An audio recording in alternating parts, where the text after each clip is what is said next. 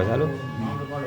हाँ तो साथियों ये प्रोग्राम आप लोगों तक श्री महावीर सिंह यादव निवासी बड़ेपरा, इसके रिकॉर्डिंग करता श्री पुष्पेंद्र यादव निवासी बड़ेपरा, गायक श्री ओम शास्त्री निवासी बड़ेपरा, और ढोलक पर जो संगति कर रहे हैं राजेश कुमार निवासी पीड़हौर, और बाजे पर जो संगति कर रहे हैं सन सिंह यादव निवासी बड़ेपरा, और चिमटा पर जो संगति कर रहे हैं धर्मेंद्र कुमार शास्त्री निवासी बड़ेपरा, और अन्य सहायक जो जुड़िया हैं तेजपाल सिंह यादव, श्री मेघ सिंह यादव निवासी बड़ेपरा, और श्री शैतान सिंह यादव निवासी बड़ेपरा, और गुरु प्रताप डॉक्टर प्रताप सिंह यादव निवासी बड़ेपरा। तो इन लोगों के द्वारा ये प्रोग्राम आप लोगों तक पहुंचाया जा रहा है। तो प्रेमी सज्जनों,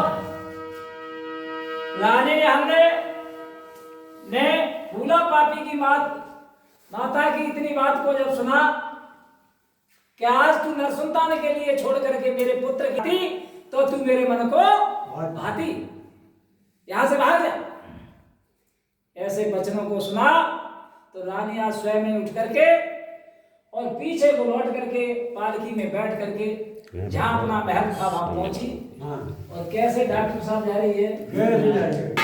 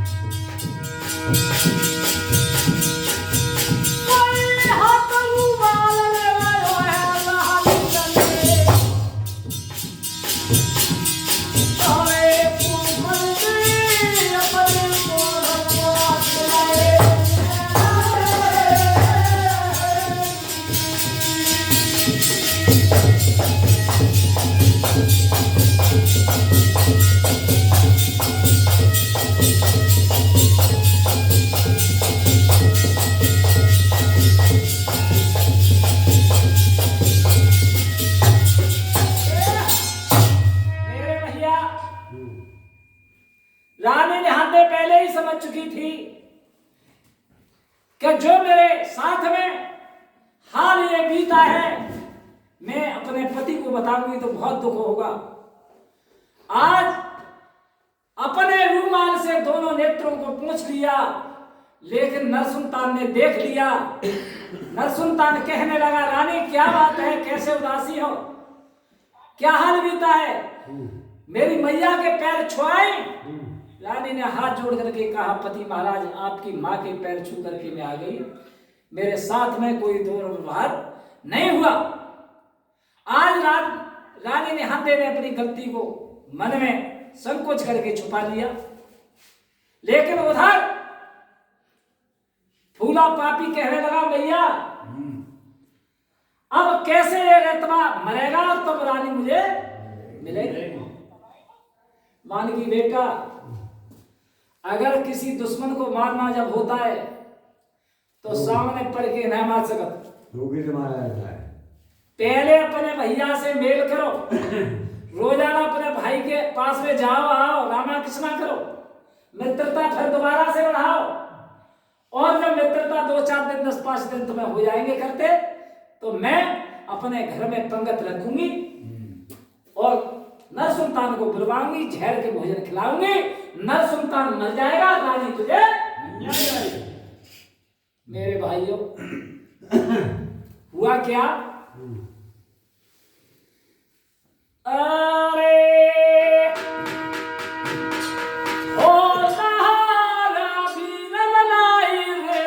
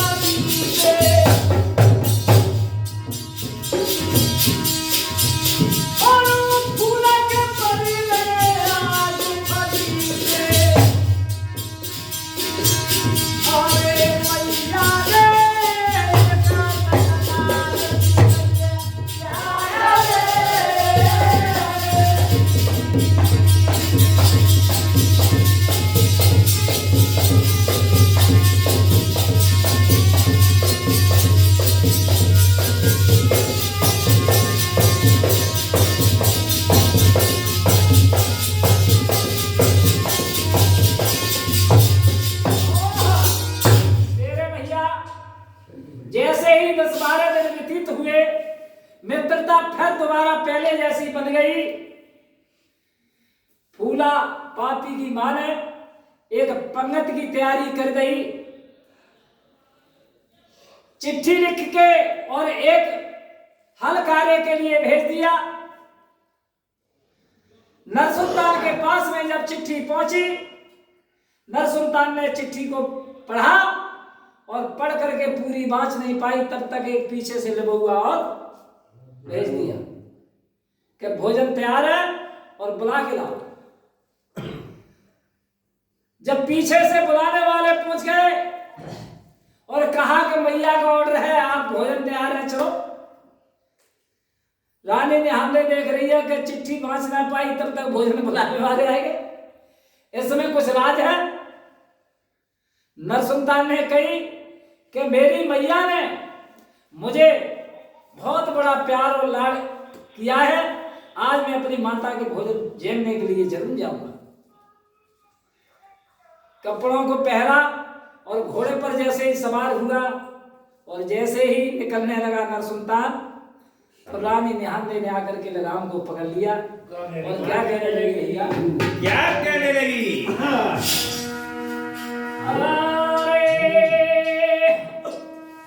अरे दावत खाए रे बाला बाबली,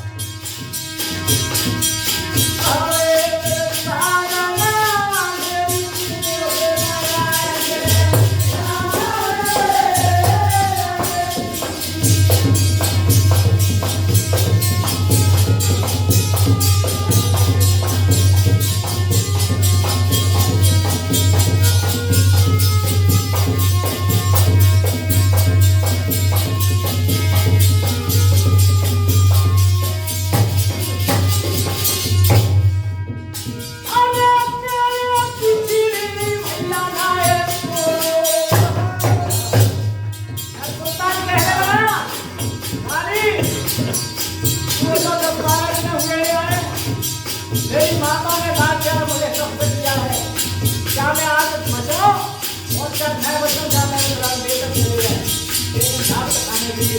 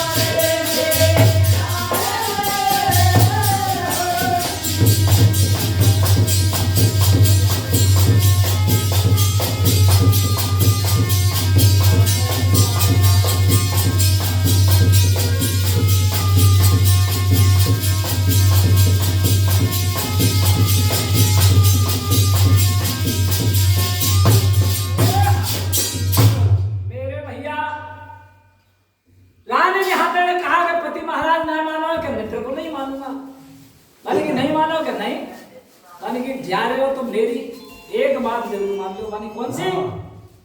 कि जब आप चार पाई पे बैठो तो बिस्तर को झाड़ के बैठना, और जब खाना खाओ तो मुझे अगर अपनी धर्म की पत्नी मानते हो तो पहले एक गिलास मेरे नाम का और कुत्ता के लिए डाल देना, उसके बाद में खाना आप खा लेना। मानी कि रानी इतनी बात है तो इतना काम मैं पहले कर लूंगा, कोई बात नहीं। आज मन को मार के और रानी की बात को मन में सिरोधार के न सुनता और चल देता है, और जैसे ही मैया के भवन में पहुंचा, वहां माता मारी खुशी के मारे फूले न समा रही है, फूला पापी खुशी के मारे महलों में बैठा हुआ है। तो क्या हुआ भाइयों? आज मैया भजत गई भीतर को, और जो झलर के भोजन बने थे वो बढ़िया तरह से झेल के भोजन ला करके नर सुल्तान के सामने थाली पेश कर दी, और जैसे ही नर सुल्तान खाने का नंबर लगाया तो नर सुल्तान को रानी की बात याद आ गई। तो रानी कही कि भैया फूला को हाथ पकड़ लो। मान की भैया जानिन से मैं नंगर में आयो, तादंती खानो संगई संग खायो, शिकार खेली तो संग संग, खाना खाया संग संग, पानी पिया संग संग, पढ़े तो संग संग, सब काम संग ही संग करे। और आज खानो खाएंगे तो संग ही संग खाएंगे। मैया ने सोची का अपना तो बाद में मरे, मेले को पहले लेके चूंकि जहर का भोजन है। आज मैया भजत गई दोबारा में, बेटा तुम तो आज न्यारे पूतो हमारे, और ये हमारा घर है, हमने पंगत रची है। अपने बेटा के लिए बढ़िया खाना ला करके और थाली में परस के फूल कुमार के सामने पेश कर दे, और जहर के भोजन नर सुल्तान के सामने। अब भैया फूल कुमार के सामने है तो बढ़िया भोजन है, तो वो तो अपने खाने लगे। नर सुल्तान के सामने जहर के भोजन थे, और जैसे गिलास तोड़ करके मुंह में देने लगे, रानी की खट बात याद आ गई। डॉक्टर साहब क्या होने लगा? क्या होने लगा?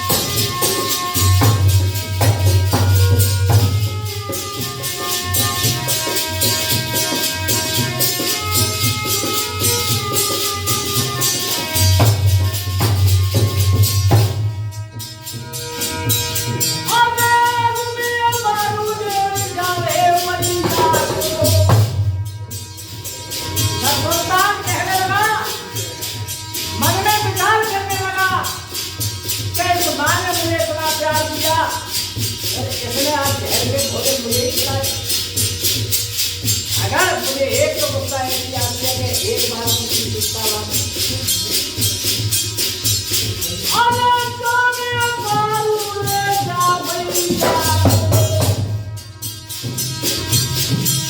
दुनिया में कोई लाए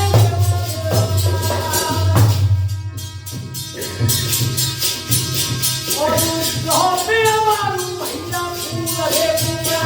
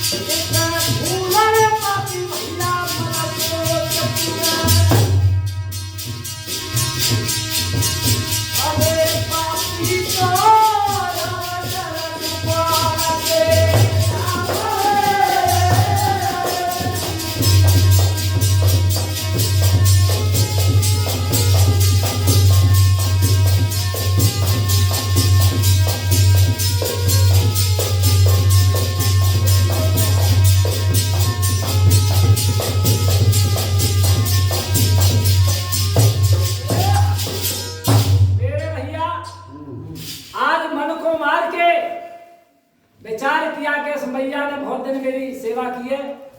6 साल से मैंने नमक पानी खाया है। अगर माँ को मानता हूँ तो कोई दुनिया में मेरा नाम नहीं लेगा, और इस भाई को मार देता हूँ तो अकेला बेटा है राजा का नाम निशान मिट जाएगा।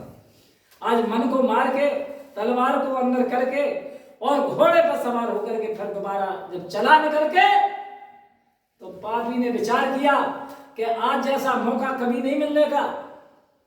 आज अगर मर जाता तो मर जाएगा, और निकल जाता तो निकल जाएगा।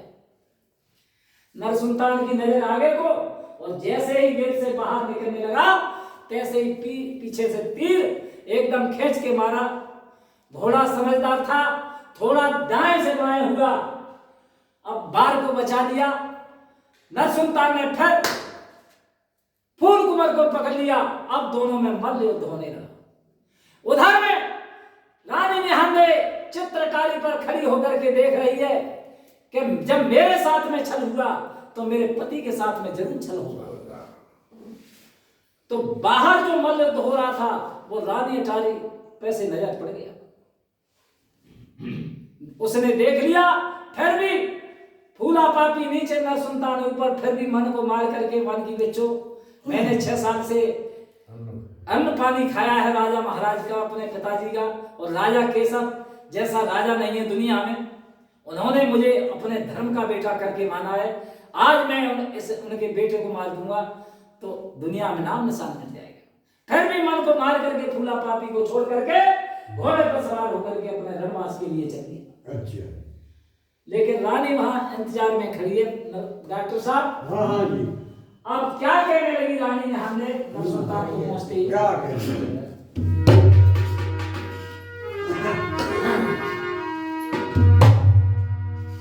कि पति महाराज, मेरी जिस दिन से सगाई होकर के आई है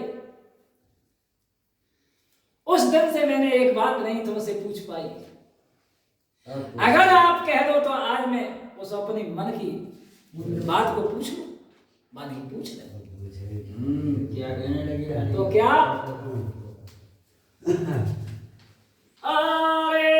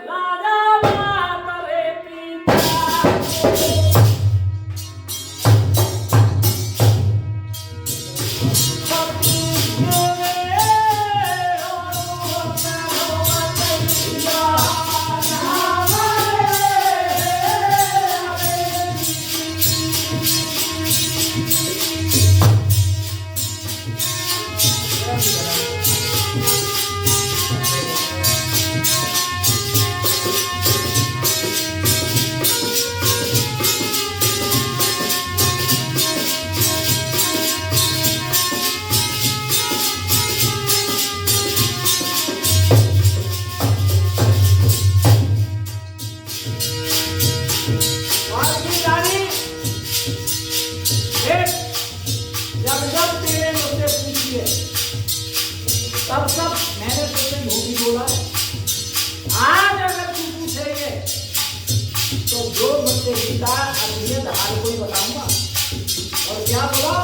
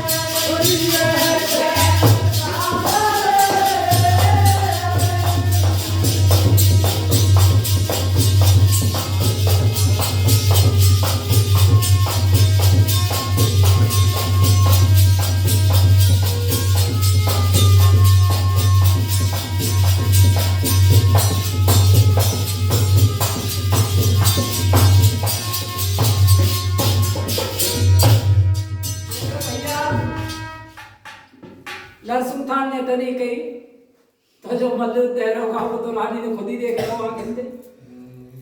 रानी ने हमने अंदर को गई, थाली में भोजन परस के लाई, नरसुल्तान के सामने रख दिए और कहने लगी पिया आप पहले भोजन कर।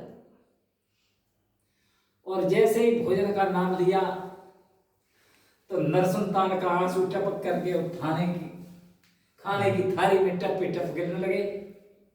मान की रानी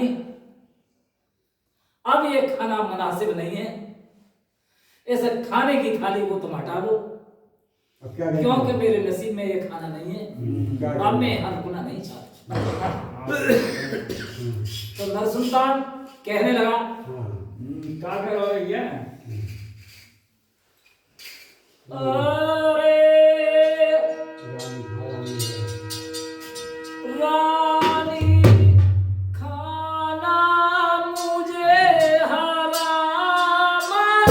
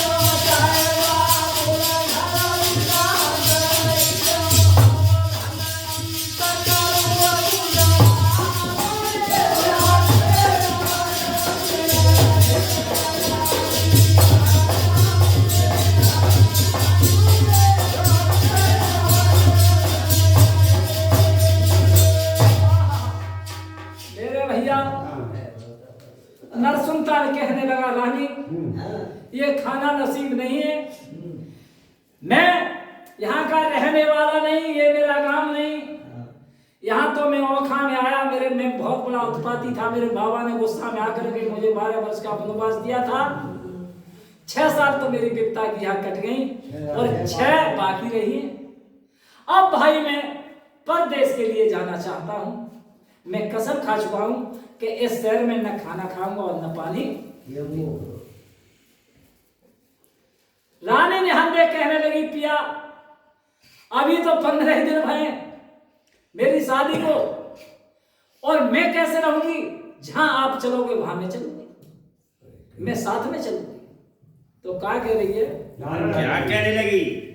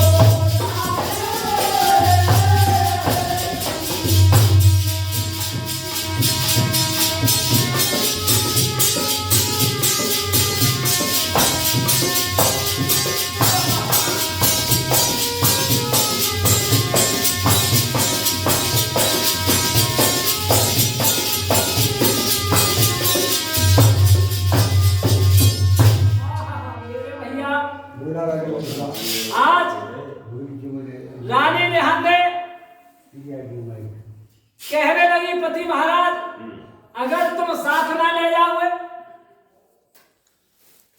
तो मैं कैसे रहूंगी यहाँ। माने कि देख जब तक रहने तब तक रहिए और न मेरे पिता केशव से कह करके अपने यहाँ बाबू के यहाँ विदा करिए, न अपने पिता के यहाँ चली जाना।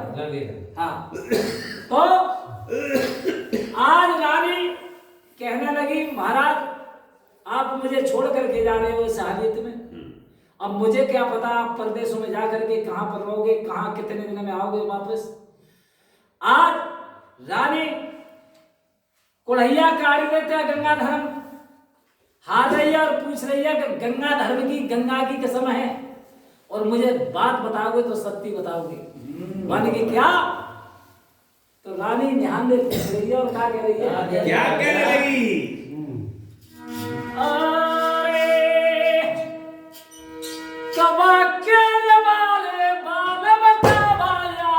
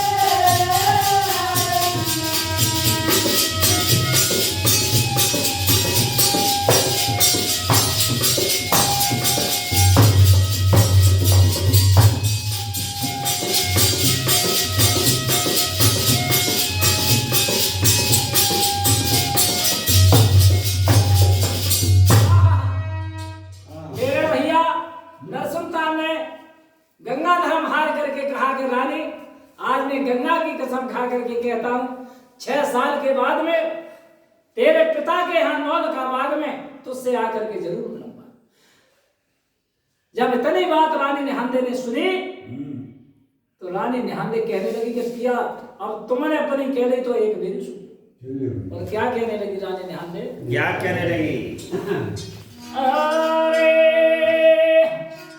मान की मैं भी ऐसी पतिव्रता हूं 6 साल तक तुम्हारा इंतजार करूंगी और 6 साल तीजी हरियाली वाले दिन सुबह से लेकर के शाम तक मेरी चिता तैयार रहेगी, पेड़ देखूंगी, लेकिन नहीं आए तो मैं क्या करूंगी।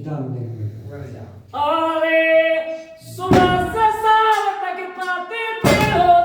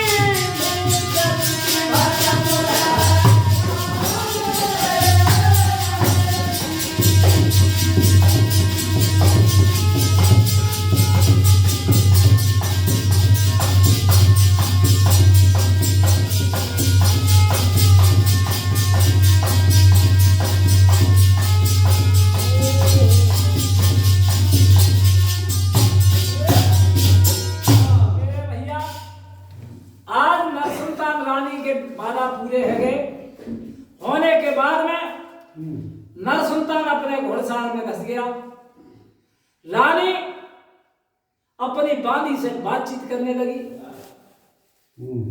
जिस दिन विदा होकर के आई थी डॉक्टर साहब, उसके साथ में एक ऊधा नाम की जो लड़की थी, वो बानी के रूप में आई थी।